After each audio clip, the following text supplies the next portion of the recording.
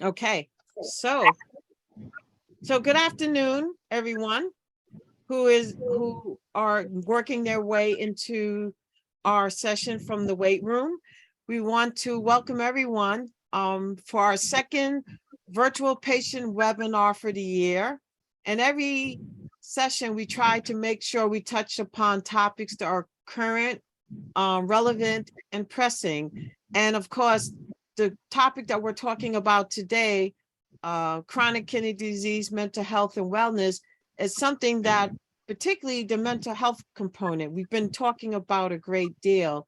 And so we are so happy to be able to bring this topic to all of you who are joining us. And we welcome you and good afternoon. We're going to wait a few minutes because we know that it might take people some time to jump on, and we don't want you to miss any part of the presentation. But we've assembled a magnificent panel of women this afternoon, and I hope all of you who are joining us will take advantage of the wealth of experience and knowledge that is assembled this afternoon and ask your questions, because I'm sure there'll be many questions. And well, like I said, we'll wait a few minutes.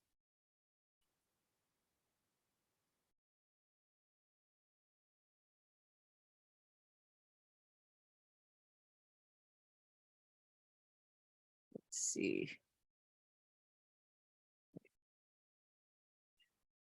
While we're waiting, ladies, I will start by asking you, did you have a good afternoon?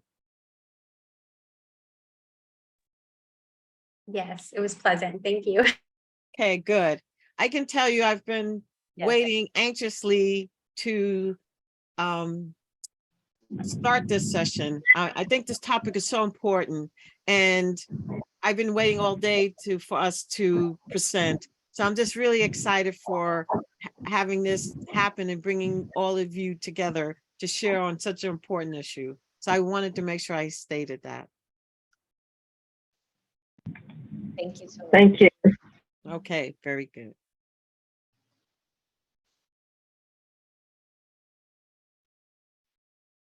Okay, and so we'll wait a few more minutes. And like I said, we'll get started because I want to be respectful of people's time.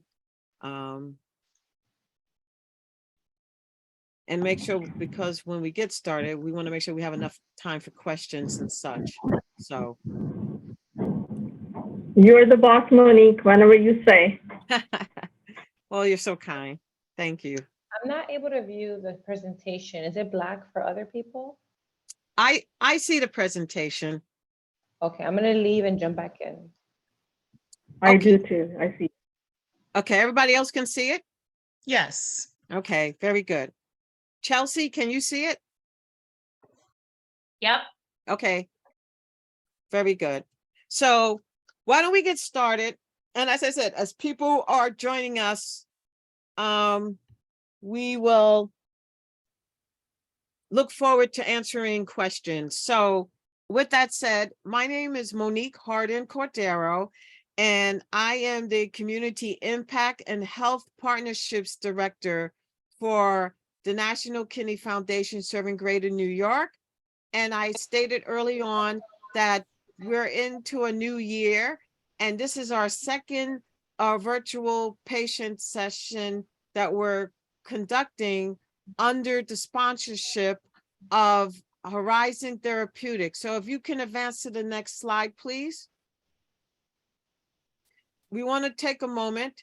Oh, actually, yep, there you go. We want to take a moment to thank Horizon Therapeutics for permitting us to offer this very important and poignant topic, because we know that there's been a lot of conversation around mental health, and we appreciate the support that we're receiving from Horizon Therapeutics.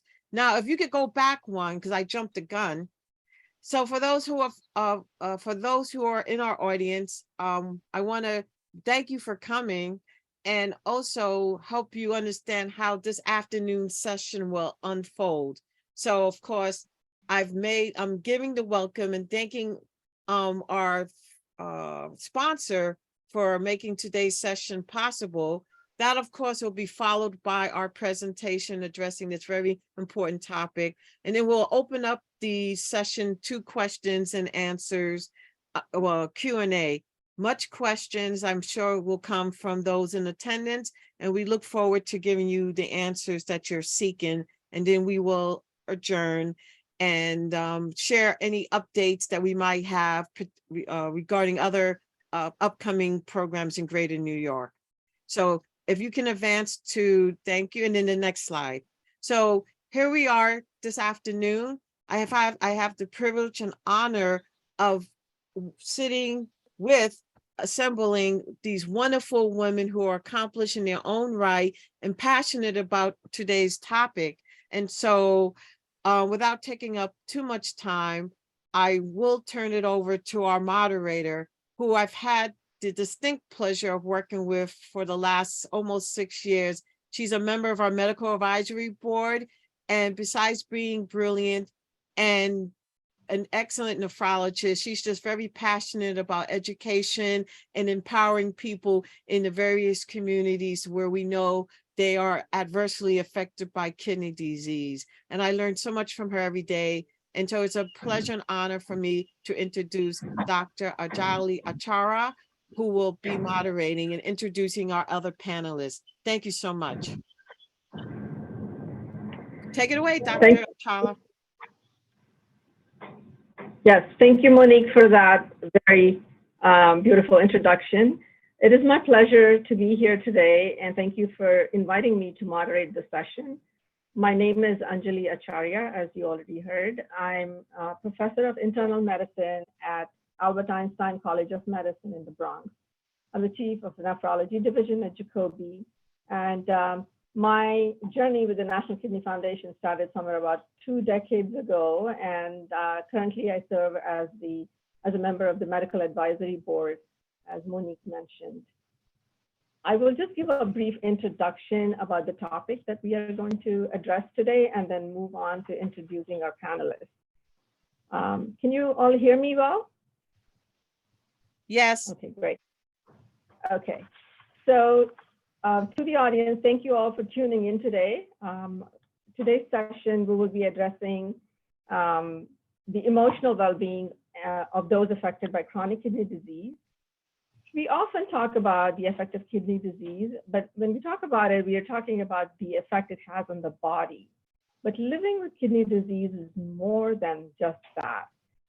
These patients feel different types of stressors, in addition to feeling the physical ill health. For example, there's dietary and fluid intake restrictions, there are work restrictions, there are financial stressors, and impact of CKD on sleep and love life, etc. So all these are acting all at once on this person. So it takes a lot of adjustment and can be emotionally very taxing.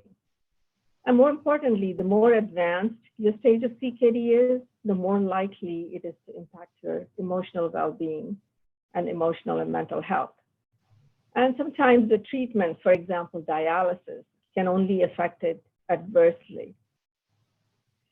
So maintaining good health, mental health, is a struggle for most, especially since COVID started, irrespective of whether you have CKD or not. The pandemic has just magnified the challenges, especially for those with CKD, and it has widened the racial and ethnic inequities in terms of access to mental health care and so on. So it's not just the patients who are affected, it's also the caregivers. And these caregivers are the backbone for patients with any chronic condition, and CKD is no exception. However, these very caregivers and their challenges very often go unnoticed. I was fortunate to be a caregiver for my mom, and Dr. Jantra Kaul, you'll hear more about it from her, has also been a caregiver to her father, and we both watched our loved ones go through this illness. It's not easy. It brings its own challenges, both emotional and physical. This past weekend was the National Caregivers Day, and I feel like there could be no better time to talk about the emotional well-being of caregivers than now. Finally, I just want to say, if you're a patient with CKD and you're experiencing any feeling of stress, emotional despair, depression, or anxiety, you're not alone. And more importantly, whether you're a patient or a caregiver, it's okay to feel what you're feeling. Every feeling is valid. So with that, I want to turn over to our panelists. I want to start with Marie, who is our testimony of what we're going to be talking about today. She's been living with kidney disease for over 2 decades. She has graciously agreed to share her journey through CKD and dialysis, as well as transplant with us. Marie is very unique. She has a full-time job, but she's actively involved in patient advocacy programs, and she is very determined to make a change and bring a positive influence on patients' lives. And we really appreciate her contribution every single day. Then we also have Mariela Reyes, who is our clinical psychologist and a consultation liaison in psychiatry at Jacobi. Mariela is very passionate about this topic and has 2 publications about mental health in CKD patients, and we are really looking forward to hearing about it from her. Mariela, would you like to say a few words about your work? Well, thank you first and foremost for having us here and giving me the opportunity to share my insights about the managing of various feelings and adjustments that can come up in the setting of chronic kidney disease. It is my passion to work with patients and help them achieve healing and recovery. And thank you for the introduction, Dr. Acharya. Thank you, Mariela. And next we go to Dr. Jantra Cole, who is the Director of Psychology and Therapeutic Activities here at Jacobi. And like I mentioned, Dr. Cole has had an extensive caregiver role, and I would like her to share some of those experiences, and she'll be talking to us more about the emotional well-being later on. But Dr. Cole, if you could say a few words about your work.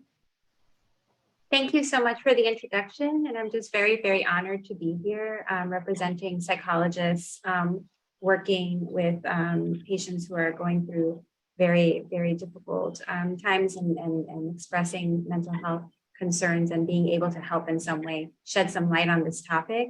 And Dr. Acharya is correct. I have a father who has polycystic kidney disease, and it's genetic. And so I also have it.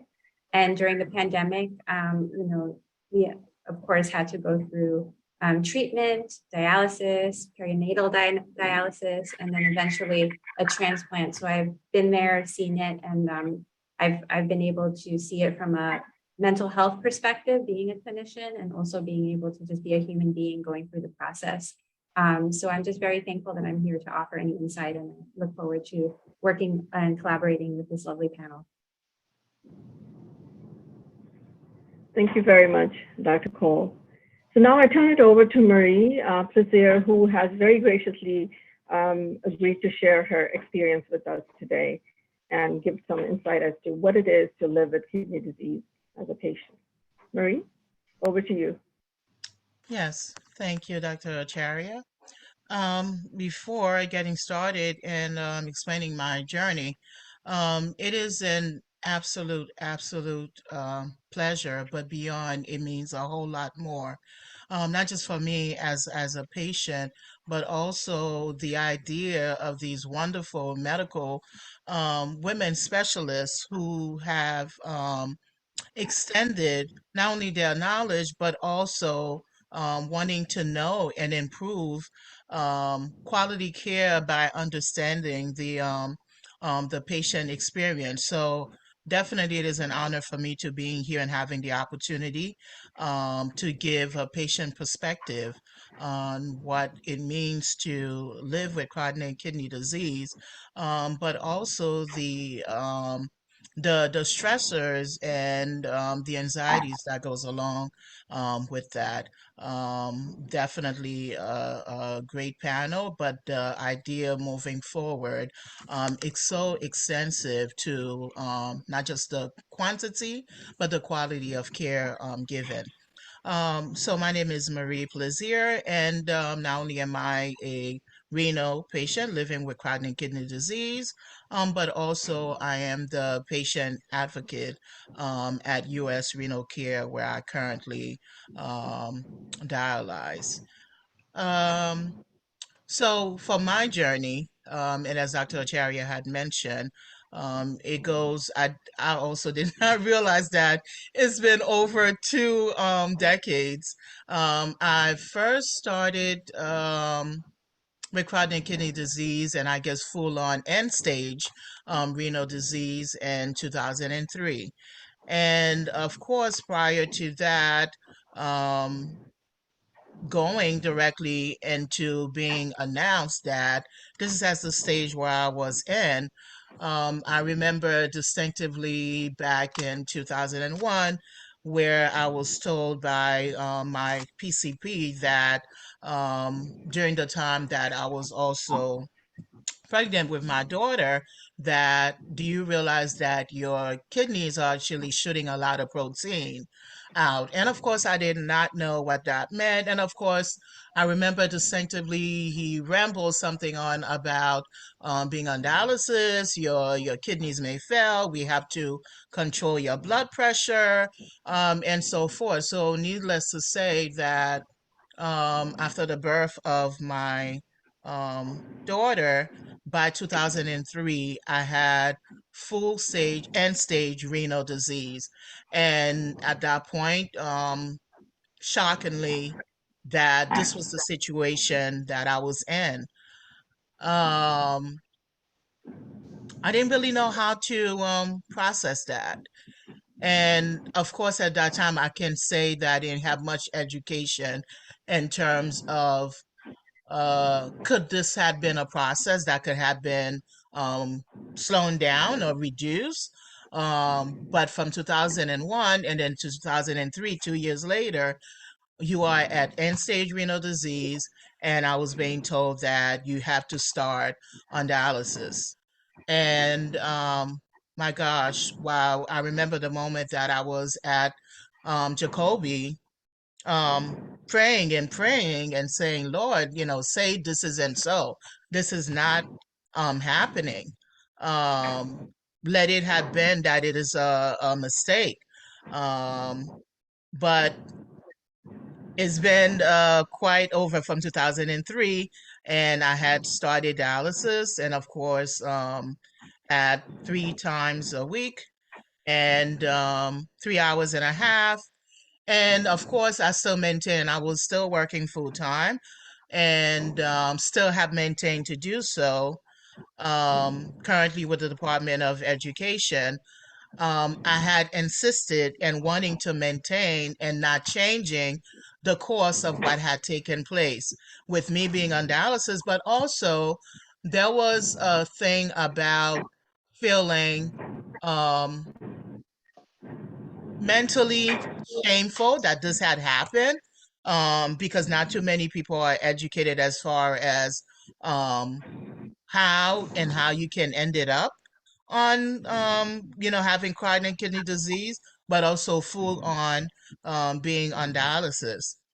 So with me, I'll have to mention that I have been a diabetic since I was 9, juvenile diabetes, and according to the doctors and nephrologists, that pursuant to the diabetes, secondary to high blood pressure, which resulted in my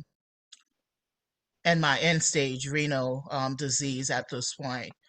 And of course, I have to mention that being a diabetic, it was really, really, really hard to maintain, especially as a child.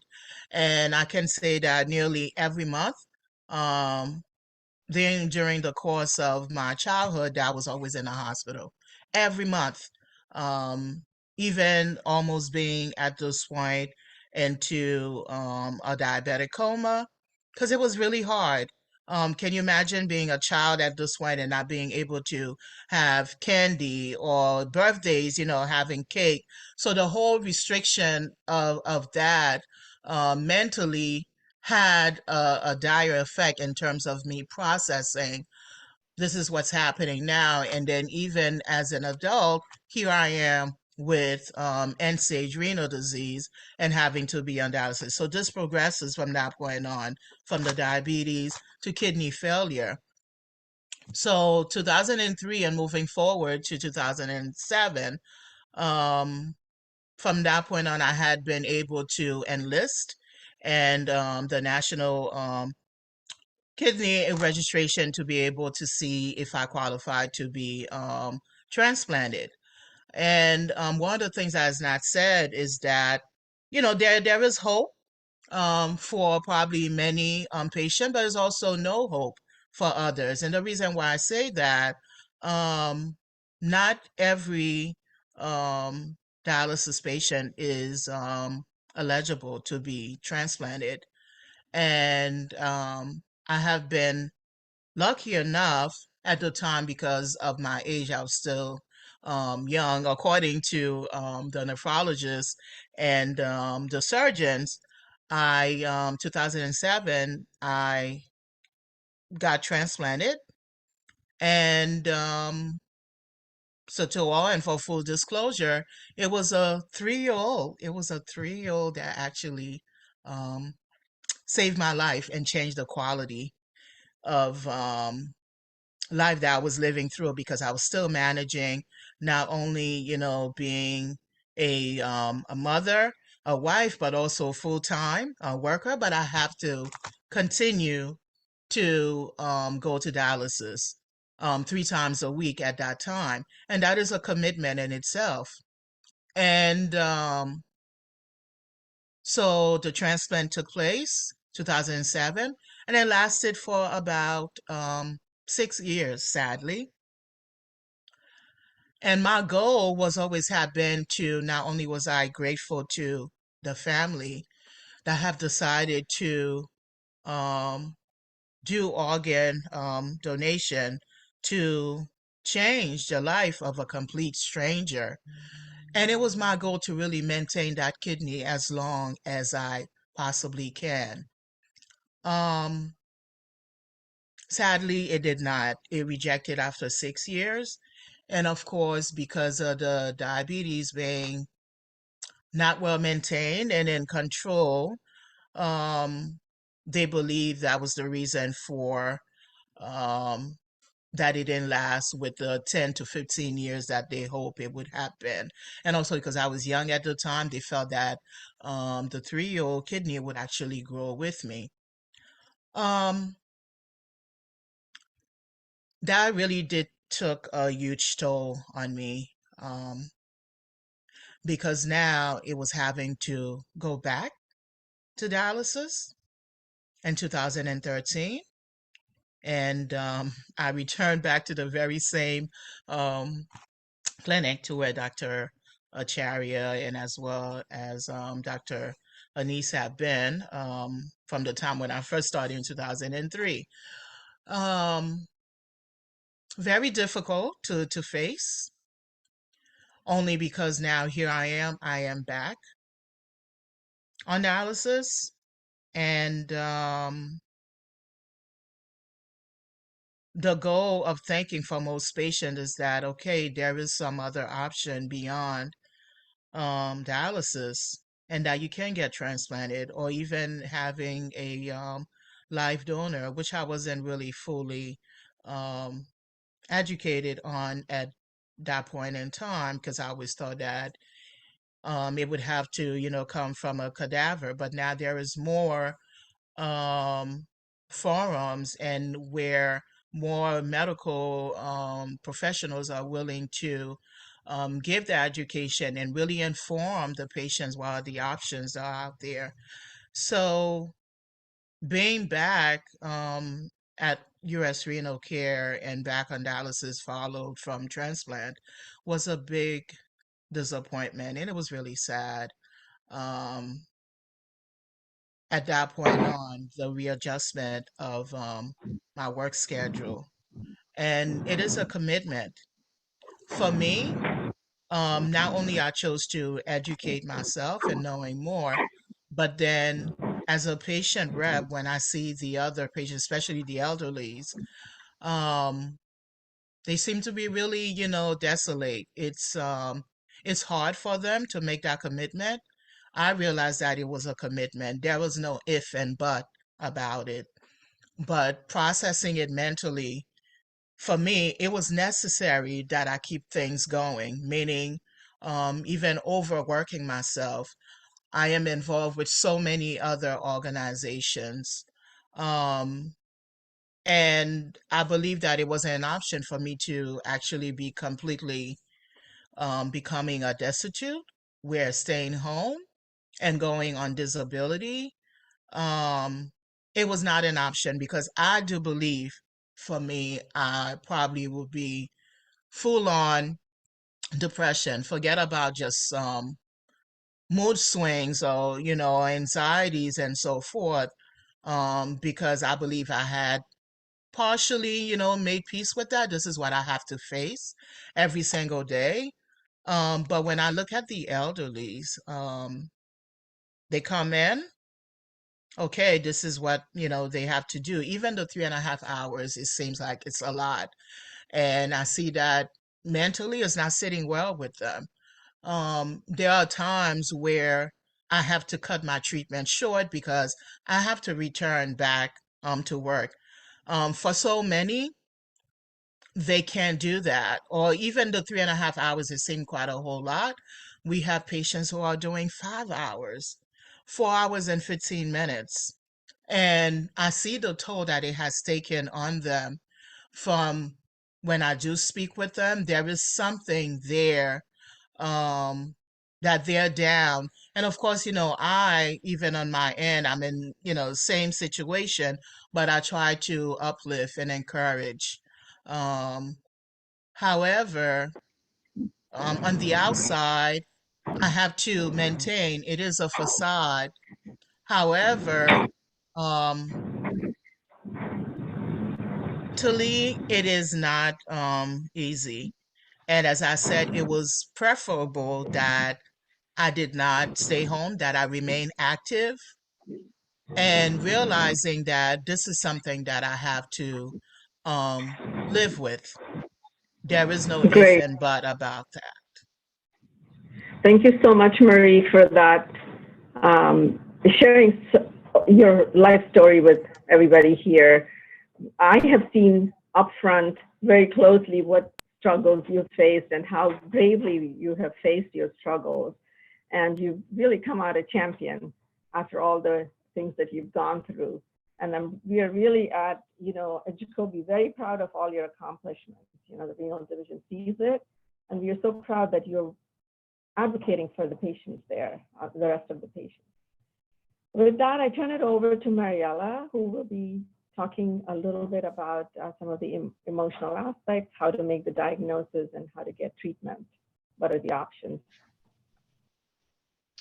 Thank you so much, Dr. Archaya, and thank you so much, Marie, for sharing your testimony regarding, from when you received the diagnosis and sharing kind of your whole process. That was extremely courageous and really resonates with the experience that is known to occur in individuals who get diagnosed with chronic kidney disease and have to learn to adjust and cope.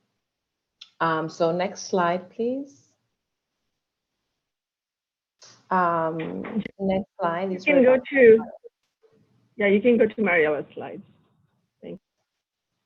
So considering hearing Marie's account of her experience and just also kind of checking in, I wanted to do a quick poll today and do a quick check-in to kind of see how common these experiences may be among the group. So I have a question here, and I would like for the attendees to indicate in the chat the level in which in the past month you might have experienced either low mood or feelings of anxiety. So take a moment to think about your past month, the past couple of weeks.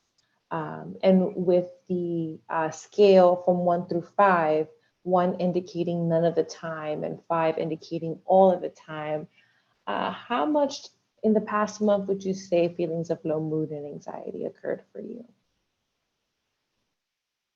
So we'll do that quick check-in. I'll look into the chat to see. And Mariella, can I participate as well? Would you like for me to Yeah, answer? everyone Yeah. is. Okay. Mhm. Mhm. Yeah, I see every other day between 2 and 3, right? So very little to sometimes.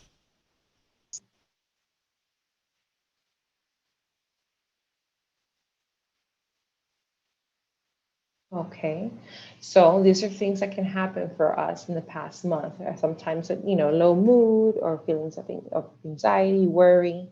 Next slide. Now we're going to ask another question. Do you know of anyone who may be struggling with depression or anxiety? It could be either someone close, like an acquaintance, colleague, peer, or a family member. Or no, you're not aware of someone within your social network. And for this question, just indicate in words if someone close or a family member.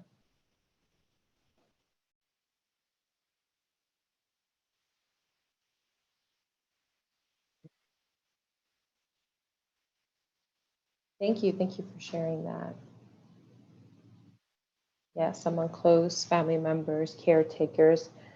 So we're doing this quick check-in again to kind of come back to the present moment and take stock of the ways in which the diagnosis of chronic kidney disease may impact us. We saw that in Marie's account, there are various stages of her condition. At first you have the beginning and where you're learning the ropes and having to acclimate to the changes. Then you have, a station where you may have to utilize hemodialysis. There are stages of renal transplant, and in Marie's account, there was a return to the stage of hemodialysis after the kidney, after 6 years, no longer was able to continue its role. Next slide, please. So again, thank you all who have shared their experiences. And I want to take the opportunity to kind of talk about the mood and the behavioral changes that occur in chronic kidney disease. And first highlight and normalize that getting the diagnosis of a chronic kidney disease is a medical stressor. And like any other stressor, you may have a natural reaction. So I want to take the opportunity to help the audience delineate what's the difference between, kind of an adjustment reaction to a stressor that's legitimate, that's bona fide, and the normal human response, and what's within those limits, versus what are some components of the side effects of chronic kidney disease that also may impact mood and behavior. In order to help you delineate what can be considered what we call as major depression or clinical anxiety. So that's why I have that Venn diagram there to kind of help parse out these experiences, because anyone can have can fall along the various positions of this Venn diagram. And it's cyclical, meaning, you can go from having clinical distress to just experience to stabilizing and experiencing the side effects, or just having a natural reaction. So as you all may know, with having chronic kidney disease, there are side effects that may mimic what we understand to be depression. So they call them uremic side effects that come with the varying changes of the kidney and its ability to filter out toxins in the body.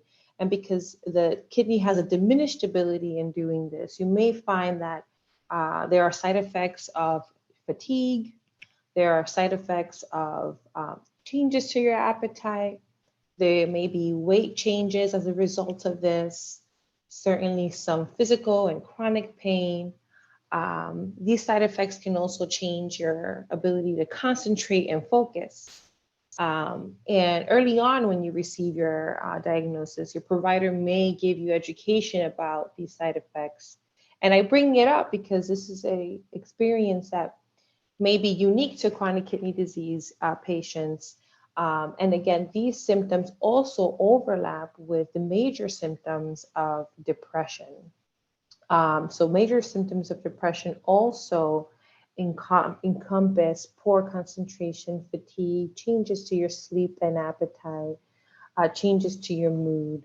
But with depression, you're going to have a cognitive component, right? You're going to have thoughts that may not necessarily be encouraging. They may be thoughts of hopelessness or thoughts of worthlessness, or your self-esteem may vary in the degree that you feel about yourself.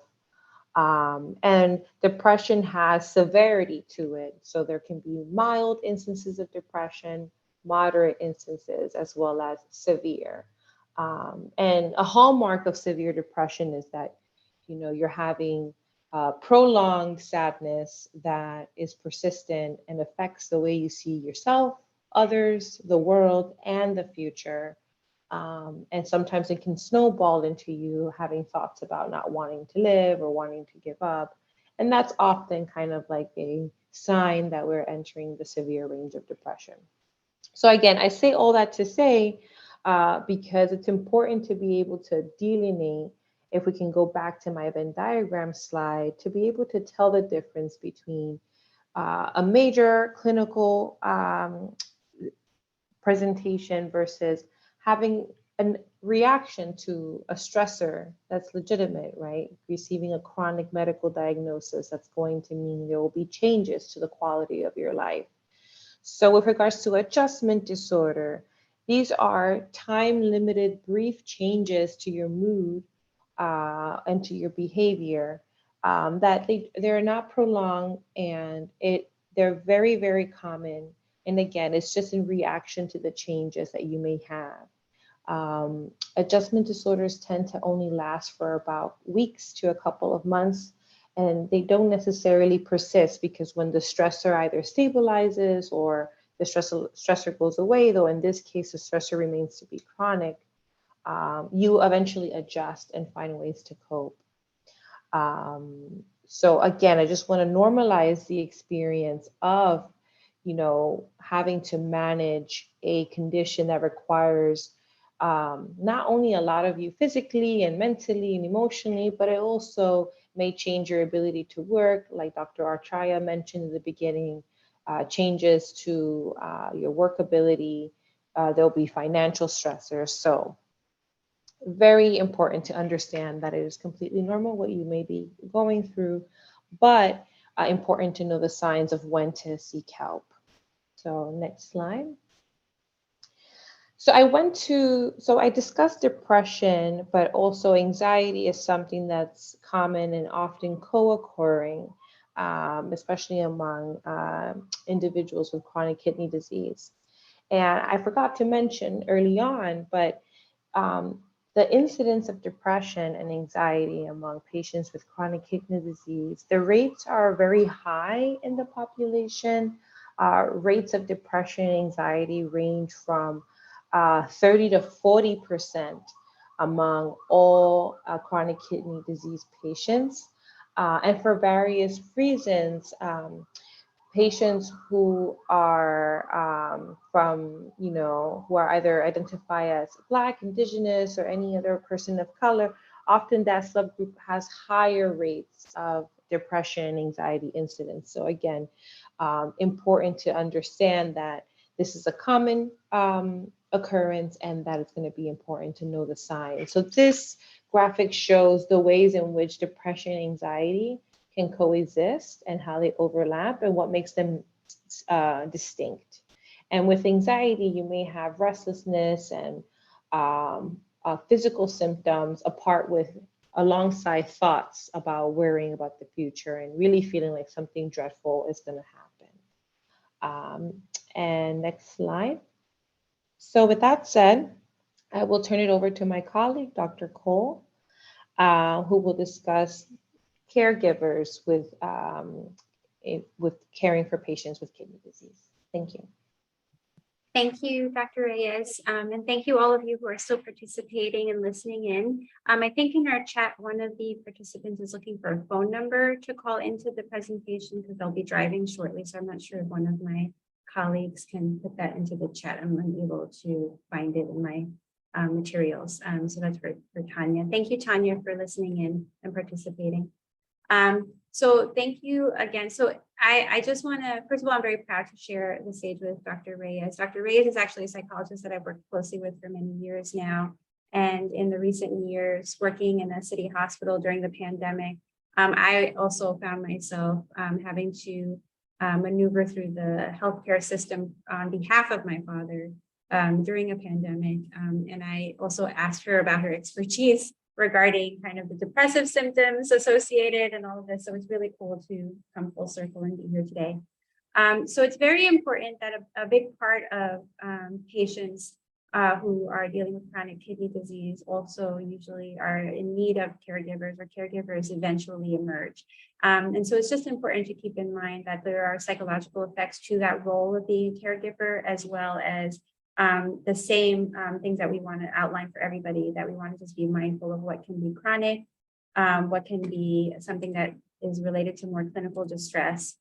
So for caregivers of kidney patients, there are really some interesting statistics regarding this role. Often, I don't know if it's a big surprise for many, but just based on recent research, the caregiver role is mostly female.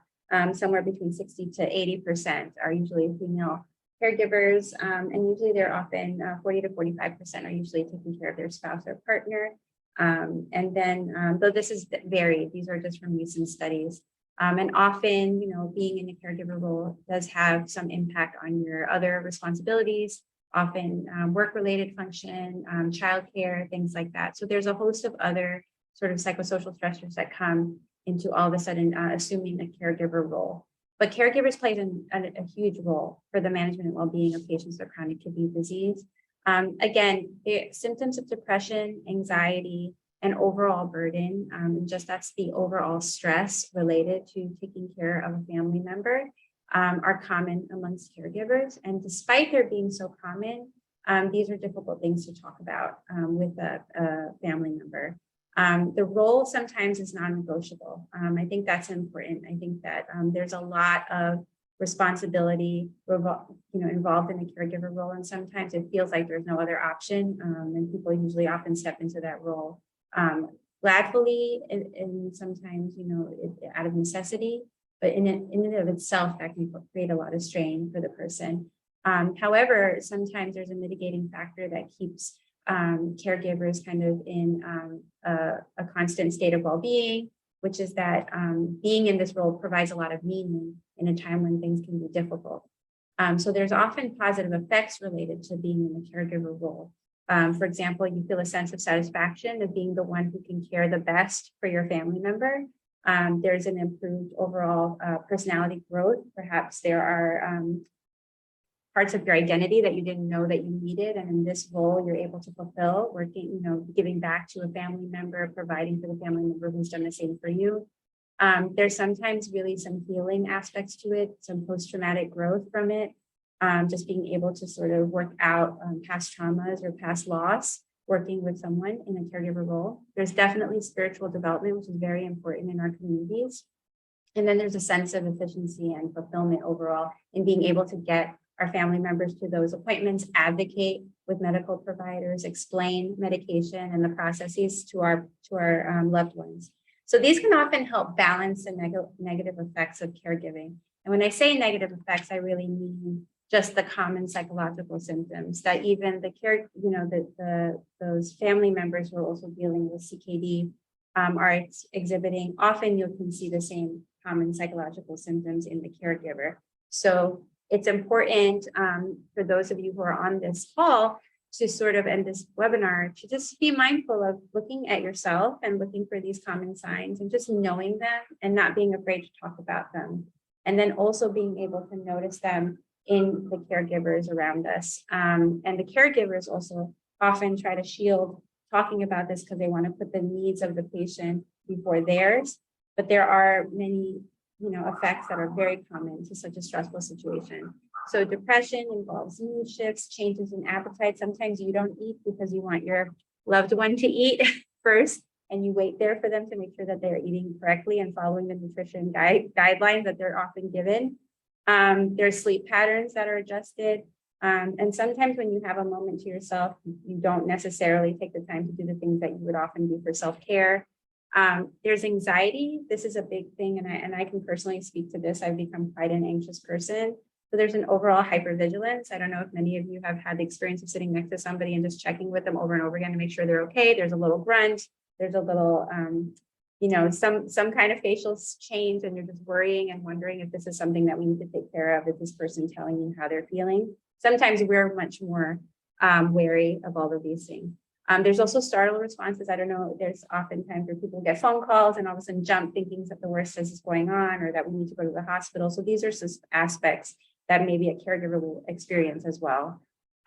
There's also prolonged grief or interrupted grief. Overall, there is a gravity of the condition. There's like a known understanding that this will take a while. This is something that will not go away for a long time. This is a medical condition that will continue to grow and progress. And so sometimes there is no real time to really grieve things that may not be there anymore, or like lifestyle changes that might have to be put into place.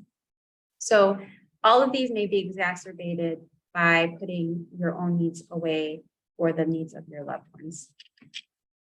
So it's very important, and I think that's our main theme for today, is just to keep alert for signs that you need help too. I always think about the airplane and the fact that, we can't take care of our caregivers or our children or our family members if we don't have our oxygen mask. So you will do your job better and be there more present if you're always aware of these. And sometimes there are easy options and resources available that you don't even realize. Sometimes it's really hard to just fit in another appointment or fit in something on top of all the other responsibilities you have. Sometimes it's actually very helpful for family members to talk to their loved ones. And I think we're sharing with you that your loved one is probably dealing with these same feelings, and you as a caregiver are feeling them, but you might not be talking about it openly. It could be very helpful to just have that discussion. And it's something that also there's lots of resources, even through medical clinics, that can help serve us and help us along the way. So I'm just gonna move on to some services that are easier to access. It is okay to not be okay. It's important for all of us to be aware of that. Medical providers can be the first resource. So we work in a hospital setting. We work very closely with Dr. Acharya. And that's something, there's usually social work involved in the clinics. And so there is a way to usually set people up, even caregivers, for some resources. Medication is an option for people. Sometimes they don't want to take another medication on top of all the medications that they have. But even for patients or caregivers, it might be helpful to have an antidepressant. It might be helpful to have some kind of anxiety medication, but you would want to discuss that with your provider. Talk therapy is an option, and it can be available virtually or in person. There's a host of new virtual options. So there's a hotline. It's important to remember there's 988, which is a lifeline that was just developed. And there are other suicide prevention hotlines. There's, New York City, we have New York City Well, but there's, depending on where you're located, there might be other options as well that are easier to access. The National Kidney Foundation, which is our wonderful host today, their website also has a list of numerous online support communities and emotional support hotlines if you don't want to commit to actual, therapy right now. And they're also partnered with NAMI, the National Alliance on Mental Illness. So these are just another bunch of different links. These links are available on the kidney.org website for some resources that you can access. So please make sure to, return back and see that there's a lot of options there with a quick click. And then we have additional psychological resources here. I don't know if Ariella wants to quickly go over them, but these are some other places that we find can be really helpful. Yes, so these are additional psychological resources that are tailored either to participants struggling with stressors related to later adulthood. There are also websites in where there are directories and where you can find a practicing psychologist in your local area. You can either go directly to the APA, American Psychological Association website, and click for their psychologist locator. Also, there's another website called Psychology Today, and where you can find providers, not just psychologists or therapists, but also psychiatrists, nurse practitioners, other behavioral health providers that can help and assist in adjustment and treatment management. And also, if you are struggling with substance use or addiction, there are also resources in the samhsa.gov website to locate and find treatment.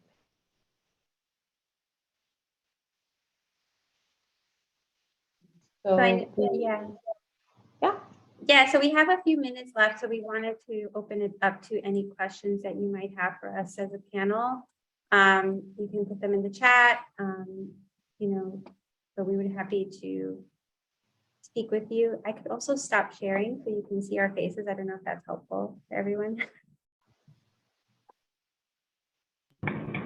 We can unmute people if they want to ask a question, I believe. So if there's anyone listening, and they want to speak, we can unmute you. Or do you, I suggest you should print your question in the chat as well. I'll bring myself back so that I'm just not a talking box. So yes, those who are out there listening, do we have a question? Oh, here, okay, we have one. I see a question here in the chat box. Are there resources to help you process finding a living donor? Is that question directed to someone in particular on the panel, Joy? I guess I could take that question. Okay. Yeah. I am. She's asking if she can speak. Would she be able to be unmuted? Yeah, let me see if I can allow I her just allowed her to speak. Can you hear me now? Yes, hi Joy, Yeah. go ahead. Hi, so I'm in the process. I was just my EGFR just went to 19.9, which means I'm now, if I pass evaluation, eligible to go on the transplant list. And I'm finding the concept and the process of finding a living donor to be very emotionally difficult. And I was wondering if there are social workers that specifically help you with that process, or people who can specifically, I mean, there's plenty of like self-help kind of stuff, but people to work through all those emotions, like, what do I do when I tell somebody I'm asking for a living donor and they kind of look at me like, oh my God, I'm a vampire and I want their kidney, that kind of stuff. Absolutely. I'll take the opportunity to answer Joy's question. So I think what I hear you saying, where can you find someone who has kind of experience with working with clients who have gone through similar lived experience as you do, as you seek for a living donor? Is that correct? Yes, they don't necessarily need to have the own experience themselves, but they need to expertise. Yeah. Expertise, I mean, because I have a therapist, but my therapist, this is way out of her league. I see. I think that's a great question. And I believe that there are certain health service psychologists. There is a specialization in psychology to focus on kind of medical conditions and how it coalesces with psychological conditions. And so you may want to find a provider in adjunct to your current treatment team that has that health service expertise, and perhaps may work with clients with renal disease. Yeah. Do you have any idea where I can find these people? So often on Psychology Today, when you look for providers, they do list their specializations. I believe that you may be able to put in the search findings specific specializations. Maybe you want to use keywords like Mm, chronic medical condition, renal disease, health. I would suggest that. There's also another resource that I didn't include, but I'll put in the chart. It's called Hello Alma. That's another database of providers, and it has a lot of filters where you can indicate preferences. Also, within the facility where you receive services, I would encourage you to speak with your primary team and see if within their network, do they have someone who helps clients and is familiar with your with similar lived experiences. yeah, I also want to say, Can Marie, I, I just want to say George, one more thing. sorry. Yeah, I I just just want to wanted say, to Marie, I just reiterate. really have a lot of empathy for the situation that you're in, and I hope that you find a good resolve to it sooner than later. Yes, thank you. Thank you. Appreciate that, Joy. Thank you. So Joy, just one more thing I wanted to add is you can, if you have enrolled or enlisted with a transplant center, you could talk to their psychologist. They all have a psychologist on Yeah, their but team. there's one psychologist for like 400 people. I mean, those social workers are really stretched pretty thin. Mhm, mhm. So yeah, I'm debating between two hospitals. I'll make up my mind this week. And once I do, then I will look to take advantage of what they have to offer. But you go and they say they have four social workers for 400 transplant people. They don't really have the resources to be there for you in the capacity that you probably need. So Yeah, they might Um, be able to offer you some advice as to where to seek help. okay, Maybe. very good. Yeah. So Yeah. if I may add to that, only because I have been on that spectrum, I think with what Joy is asking is for the person that plan to or whoever you approach. What is that wherever you are enlisted, as just like Dr. Acharya was saying, you actually have to go through a psychological assessment. That's a Right. must. That's one of their requirements.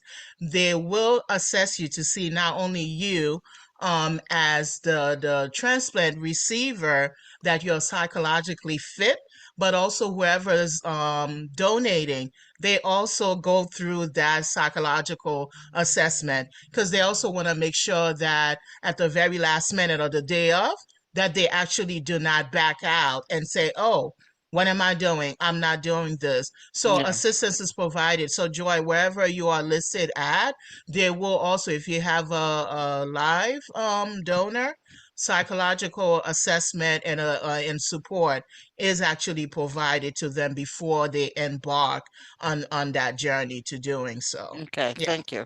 Mm-hmm. I think Tanya had asked to speak next, so I'm just gonna allow Tanya to talk. Tanya, are you still there? I think she's new. Yeah, she is mute, but she's still there. Yeah. Okay, Tanya, do you want to ask your question? before we close out. Can we unmute her? Yeah, we can. Hold on.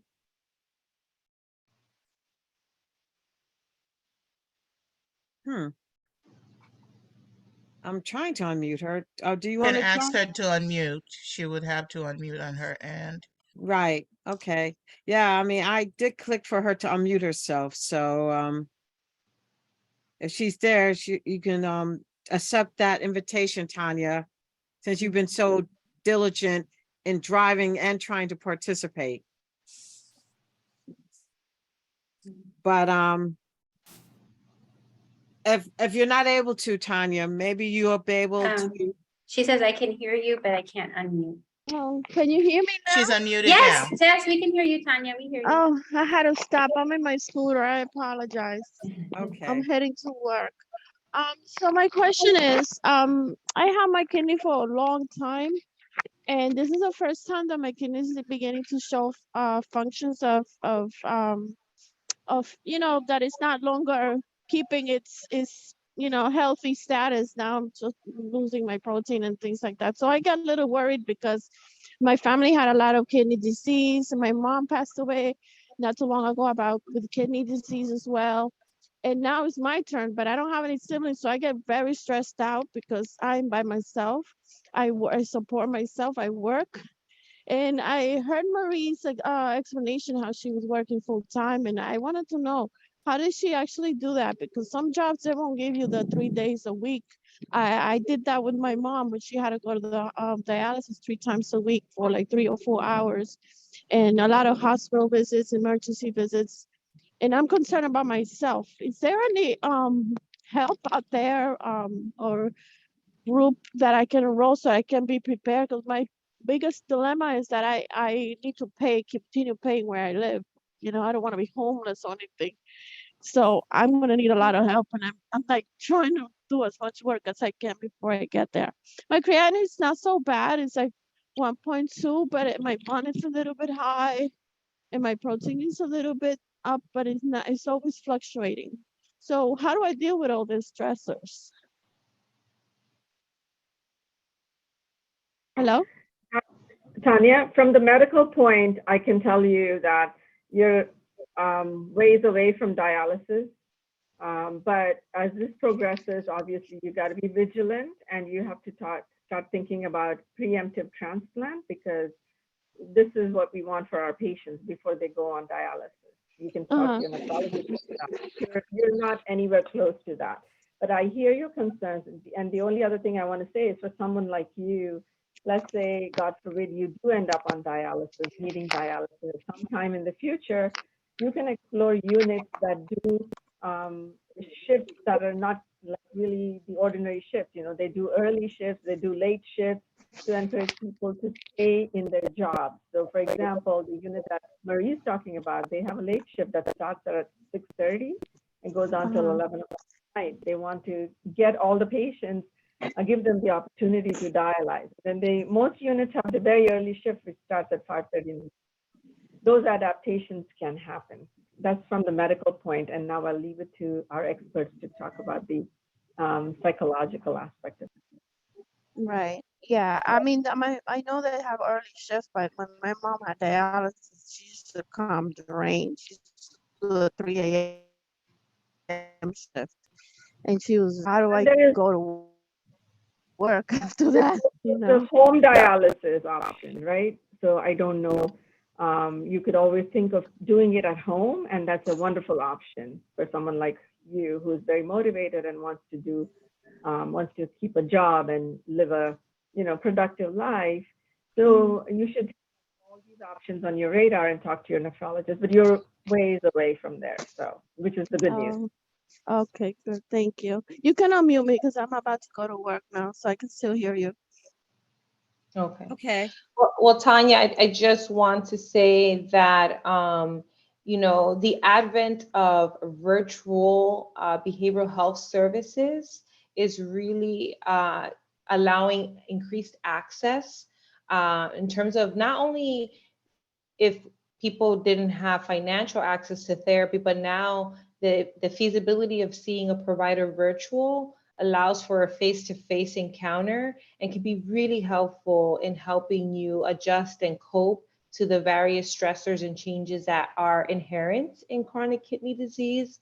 So I would definitely encourage you to consider connecting with a provider so you can have ongoing talk therapy to help up with these anticipated stressors that are legitimate and that can include feelings of anxiety and changes in your mood. I'm trying to share the resource page just so that the audience can get an opportunity to screenshot the resources that we offered.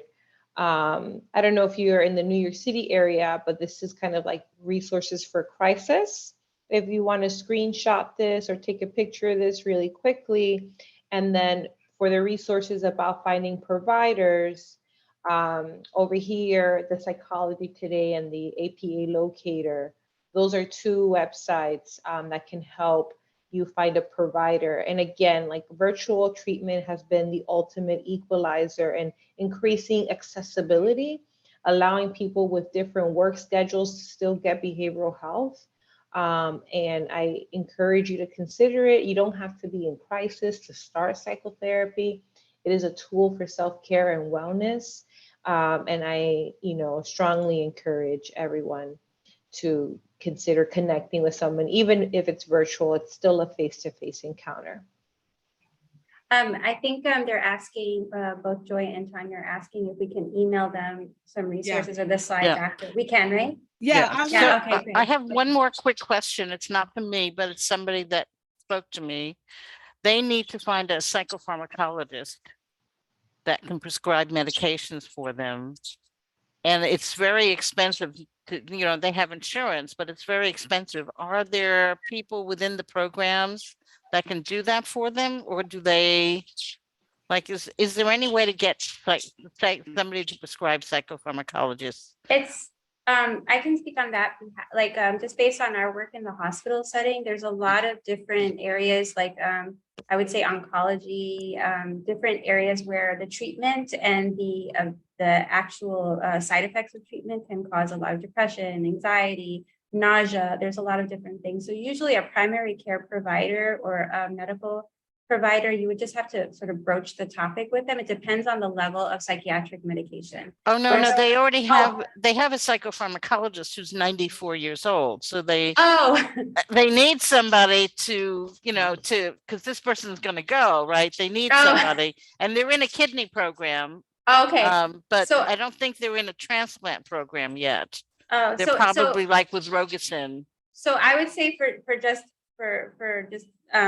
public knowledge that sometimes it is very hard to find a good psychiatrist or a good professional who offers that. So sometimes it's better to sort of just check in with your medical facility or a primary care provider. We work with a lot. We offer counsel to a lot of different doctors within different settings who are willing and able and comfortable providing an antidepressant or an anti-anxiety medication, maybe like a 0.1 Klonopin, depends on your background. But if we're talking about kind of more, stronger medications, for example, like Effexor or, sometimes Wellbutrin is an easier one to give out. People do that for smoking cessation. So it depends on the different types of medications. Well, it's for bipolar disorder.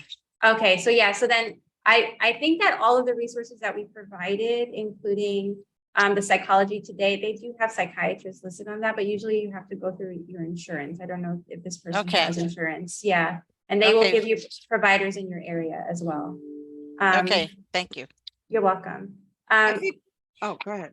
Go ahead. Sorry. No. I'm very thankful to those of you who sort of jumped in and shared with us, and it felt really, even though it's virtual, and we just want to sort of talk about the fact that it's just helpful to ask these questions and talk to people who are kind of like, we understand and we've sort of, been there.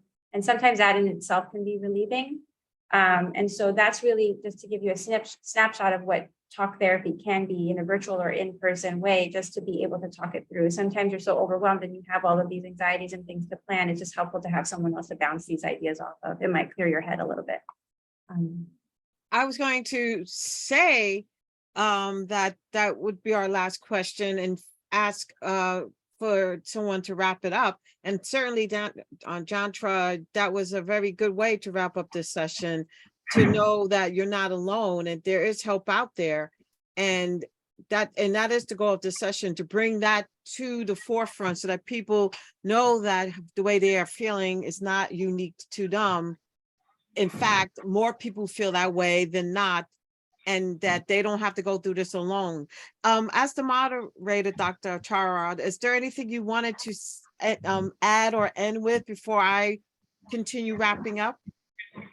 Yeah, I just want to say thank you to all the panelists, especially to Marie for sharing her story so eloquently and giving everybody an opportunity to understand that they are not alone when they're going through this. It happens to almost everybody facing this. And I just want to end by saying, and I also want to thank Mariella and Jantra for their presentations and the resources that they made available to our patients. That's amazing.